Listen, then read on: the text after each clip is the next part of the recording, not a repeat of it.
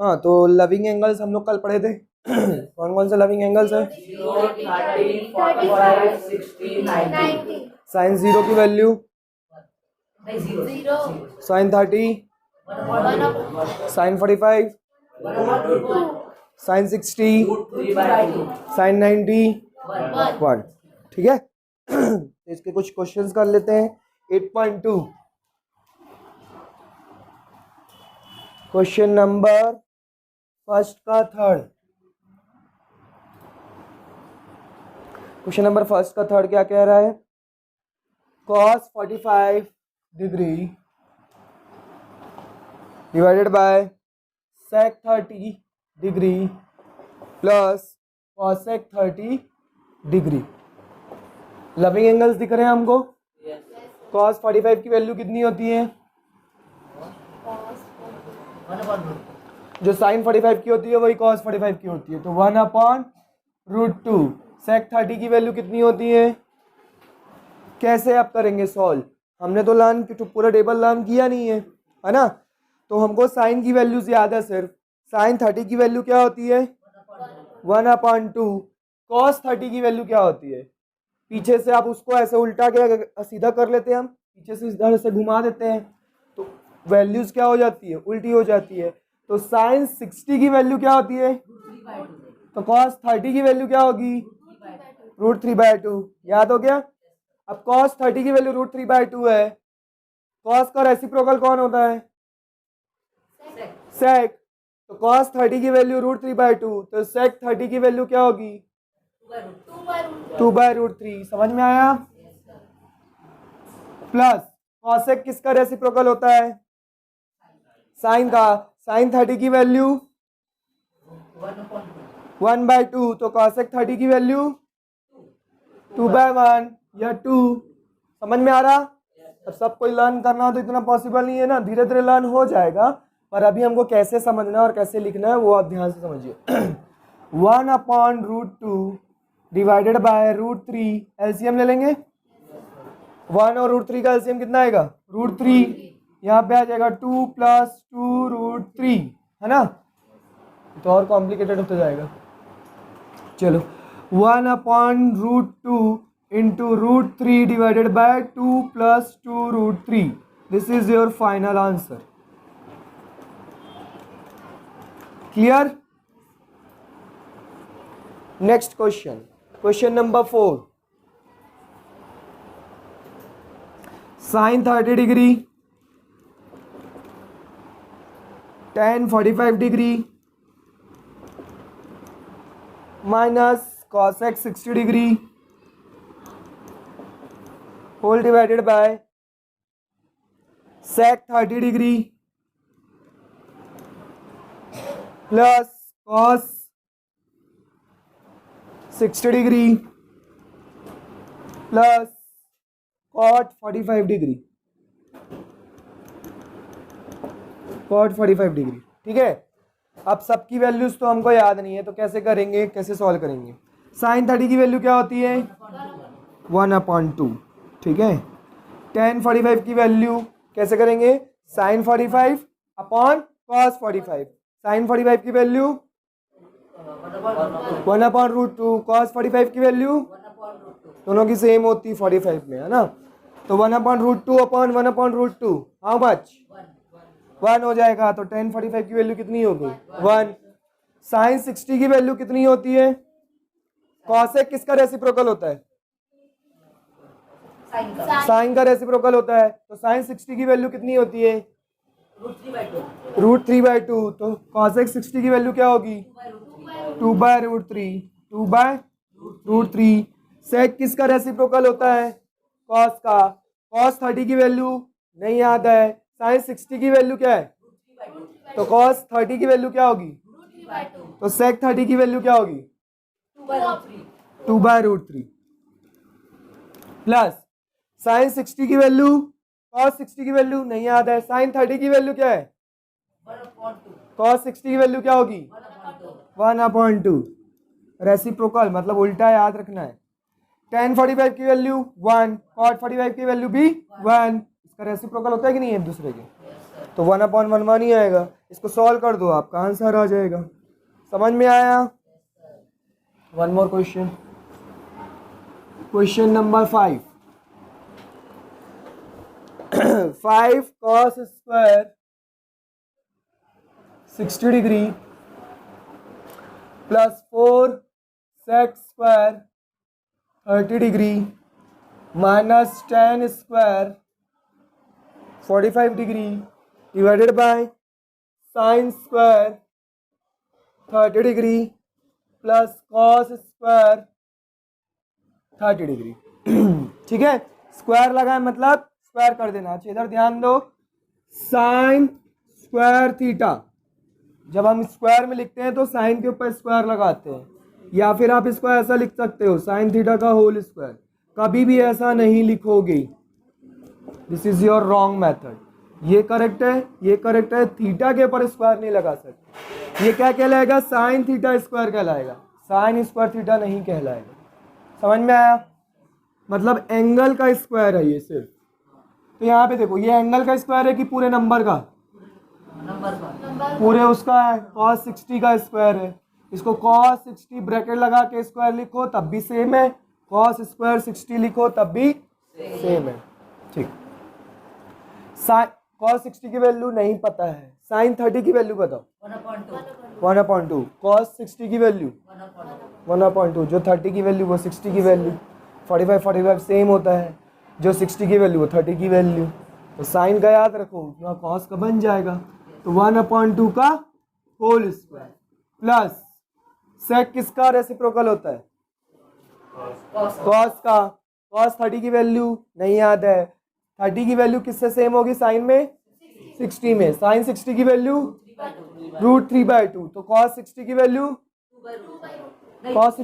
2/√3, √3/2। सेक 30 की वैल्यू कितनी हो जाएगी?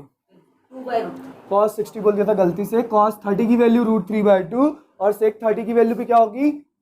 2/√3, इसका रेसिप्रोकल होल स्क्वायर। समझ में आ रहा है कि सब ऊपर से जा रहा है? tan 45 की वैल्यू कितनी होती है? नहीं पता। sin 45 की वैल्यू कितनी होती है? cos 45 की वैल्यू कितनी होती है? दोनों को डिवाइड करो, कितना आएगा? तो 1 का स्क्वायर कर दो डिवाइडेड बाय साइन 30 की वैल्यू कितनी होती है? 1/2। 1/2 का क्या हो जाएगा? ये cos 30 की वैल्यू जो साइन 60 की वैल्यू है, साइन 60 की वैल्यू, तो cos 30 की वैल्यू √3/2 का होल स्क्वायर। इसको सॉल्व कर दो, आपका आंसर आ जाएगा। नोट करिए, सॉल्व करिए, आंसर बताइए दोनों का क्या क्या आ रहा है। इसका भी आंसर बताओ मुझे क्या आएगा।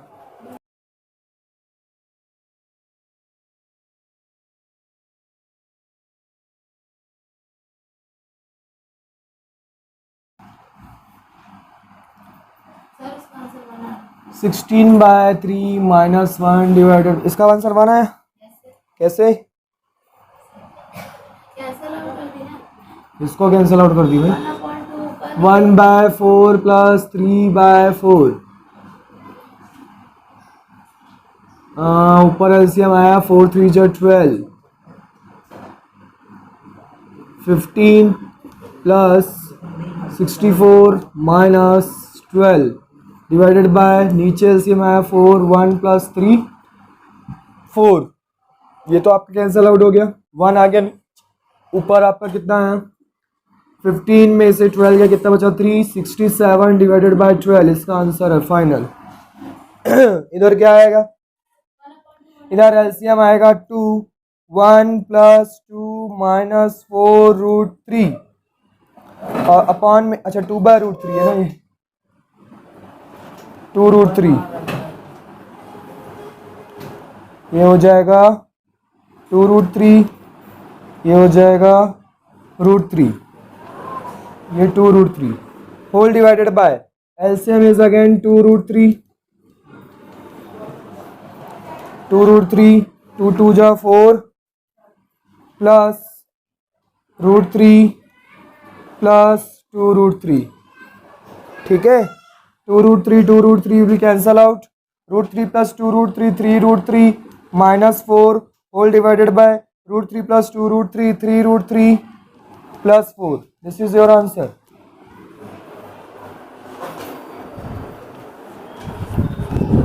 रैशनलाइज कर लो उसको, रैशनलाइज करके और सॉल्व कर सकते हो। डिनोमिनेटर में स्क्वायर रूट वैल्यू नहीं होनी चाहिए, तो इसको रैशनलाइज करिए और सॉल्व करिए।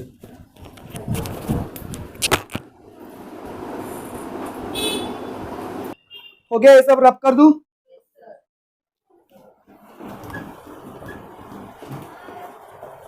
तो धीरे धीरे अगर आप ऐसे क्वेश्चन सॉल्व करेंगे, लविंग एंगल्स आपको धीरे धीरे लर्न होते जाएंगे, ठीक है। और कैसे सॉल्व करना हो तो तरीका बता भी दिया, रटना नहीं है कुछ भी। एक भी देखो मैं आपके सामने रटा हुआ आंसर, जबकि मुझे याद है सबकी वैल्यूज, डायरेक्ट पुट किया क्या मैं? एक भी आपको बताया कैसे घुमा घुमा के आपको वैल्यूज निकाल के वहां पे पुट करनी है। मुझे तो सारी वैल्यूज याद थी, मैं डायरेक्ट पुट कर सकता था, पर तुम लोग के कुछ समझ में नहीं आता, सब ऊपर से चला जाता। समझ में आया?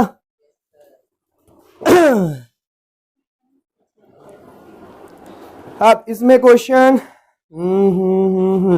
क्वेश्चन नंबर 3 देखो, अच्छा क्वेश्चन है। Write down the question number 3। If tan a plus b, if tan a plus b is equal to √3 and tan a minus b is equal to 1/√3, ठीक है। कंडीशन क्या दी हुई है? 0 degree is less than a plus b is less than equal to 90 degree.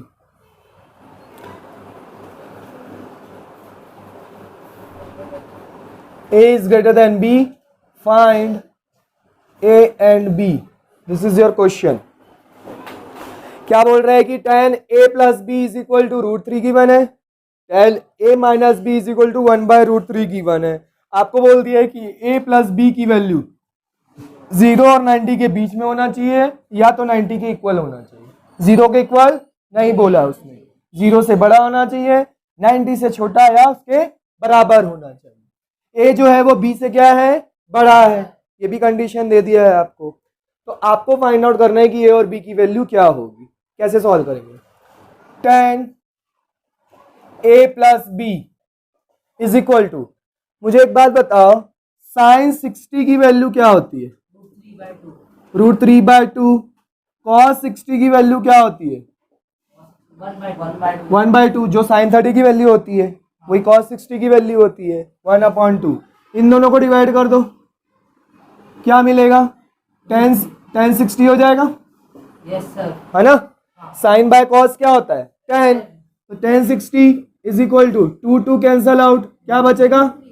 √3। यहाँ पे दिख रहा है √3, मतलब मैं यहाँ पे क्या लिख सकता हूँ? tan 60 degree. तो a प्लस b की वैल्यू कितनी हो जाएगी? दोनों तरफ tan हो गया ना, उसको गायब कर दो। a plus b is equal to 60 degree. ये देखो, ये इसका एंगल है और ये इसका एंगल है। जब दोनों तरफ सेम हो जाते हैं और बीच में इक्वल का साइन है, तो एंगल भी आपस में क्या हो जाते हैं? इक्वल हो जाते हैं। तो a प्लस b की वैल्यू 60 डिग्री। क्या यहाँ पे हमको मिला है कि 0 और 90 के बीच में है 60 डिग्री? यस सर, मतलब हम सही जा रहे हैं। Yes sir. सेकंड आपको दिया हुआ है, इसको इक्वेशन नंबर 1 दे दो। tan a minus b is equal to 1/√3 given है। चलो 1/√3 के लिए सॉल्व करते हैं। Sine 30 is equal to what? 1/2। cos 30 is equal to what? √3/2। Very good, आप समझ गए हो तुम लोग। साइन बाय cos tan 30, है ना, 2 will be cancel out, is equal to what? 1/√3। देखो 1/√3 था, इसकी प्लेस पे हम क्या लिख सकते हैं? tan 30 डिग्री, ठीक है। a minus b is equal to what? 30 degree.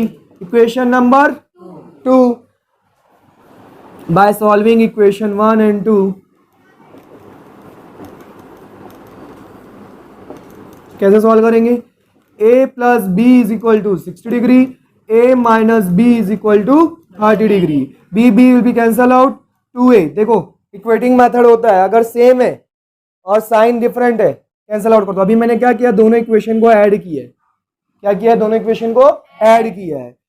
Same है नंबर बी भी और डिफरेंट साइन है तो कैंसिल आउट हो गए। a प्लस ए कितना हो गया 2a, 60 प्लस 30 कितना हो गया 90, a इज इक्वल टू कितना आ गया 45 degree, a is equal to 45 degree. तो b की वैल्यू कितनी होगी from equation 1, from equation 1 a plus b is equal to 60 degree, a की वैल्यू 45 आ गई plus b is equal to 60 degree. तो b की वैल्यू कितनी आ जाएगी 60 माइनस 45, हाउ मच आंसर। देखो इसमें कंडीशन बोला था a is greater than b, a की वैल्यू 45, b की वैल्यू 15, सही है। क्लियर है, नोट करिए फटाफट, बहुत इंपॉर्टेंट क्वेश्चन है, आता है एग्जाम में। लविंग एंगल्स नहीं होता है तो क्या करते हैं, लविंग एंगल्स नहीं होता तो क्या करते हैं, कैंसिल आउट करने की कोशिश करते हैं। कल करवाया था क्वेश्चन, क्वाड्रेंट यूज करते हैं। लविंग एंगल्स होगा तो आप डायरेक्ट वैल्यू पुट कर सकते हो, नहीं होगा तो आप कैंसिल आउट करने की कोशिश करके और सॉल्व करने की कोशिश करोगे। ठीक है, चलो उसके भी क्वेश्चंस कर लेते हैं। अगर क्वेश्चन 8.3 का question number 4, we have given if tan A is equal to cot B, ये सब इंपॉर्टेंट क्वेश्चन है जो मैं करवा रहा हूं। Then prove that A plus B is equal to 90 डिग्री। आपको प्रूफ करना है कि a प्लस बी की वैल्यू कितनी होगी 90 डिग्री होगी। कैसे प्रूफ करेंगे, tan A plus cot B को मैं क्या लिख सकता हूं, tan के फॉर्म में मुझे लिखना है, cot को क्या लिख सकता हूं, और कोई दूसरा क्वाड्रेंट वाला यूज करो, 4 क्वाड्रेंट पढ़े थे ना, तो मुझे cot B चाहिए, तो cot B को मैं tan के फॉर्म में कैसे लिख सकता हूं,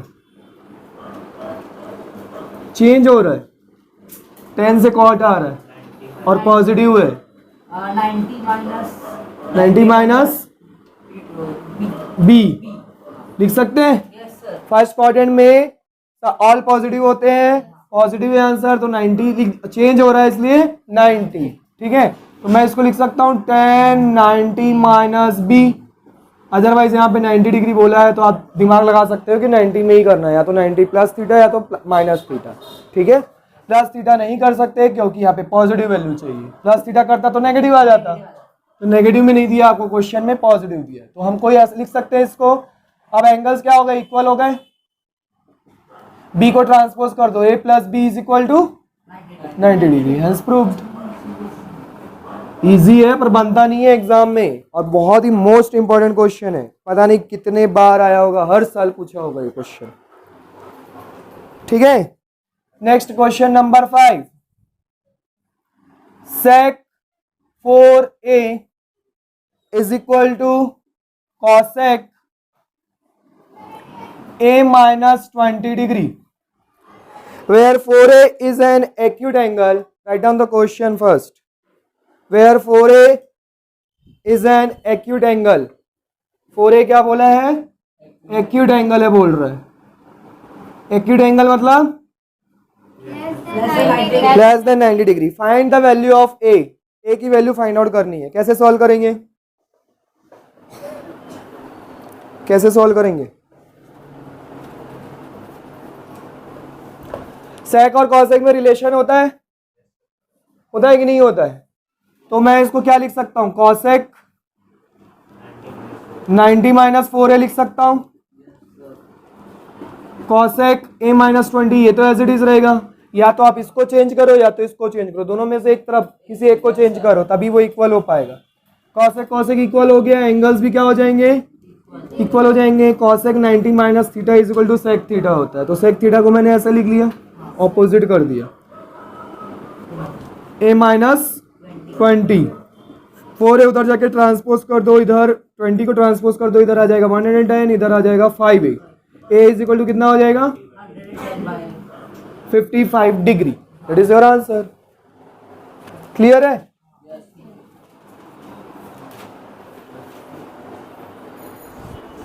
और एक another one most important question number 6, ये सब क्वेश्चन है जो बहुत इंपॉर्टेंट है, आते हैं।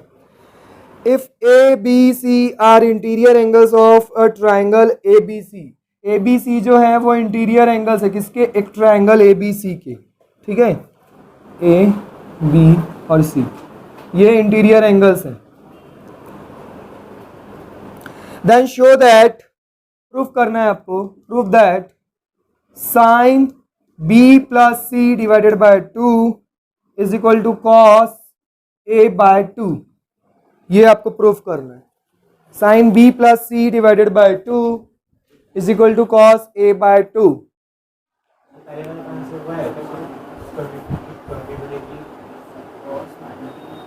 अच्छा हाँ सॉरी माय मिस्टेक, 22 डिग्री आएगा आंसर। ट्राई करिए क्वेश्चन नंबर 6 कैसे प्रूफ करेंगे।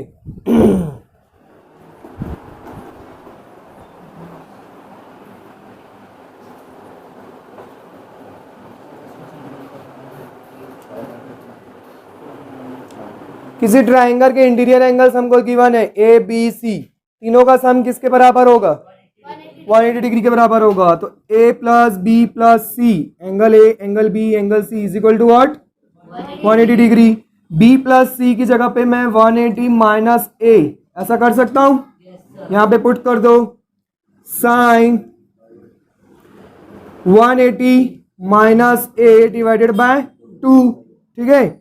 साइन, अब इसको डिवाइड कर दो, सेपरेट कर दो, साइन 2 से डिवाइड करोगे तो ये 90 minus A by 2, 90 minus theta which quadrant, first quadrant में ऑल पॉजिटिव, 90 है तो चेंज होगा, साइन किस में चेंज होगा, कॉस में, थीटा की जगह पे क्या दिया हुआ है, ए बाय 2, यही हमको प्रूफ करना था, हेंस प्रूव्ड।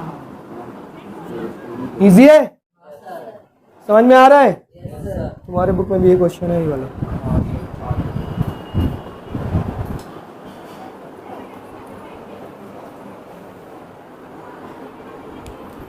समझ में आ रहा पक्का, ओके।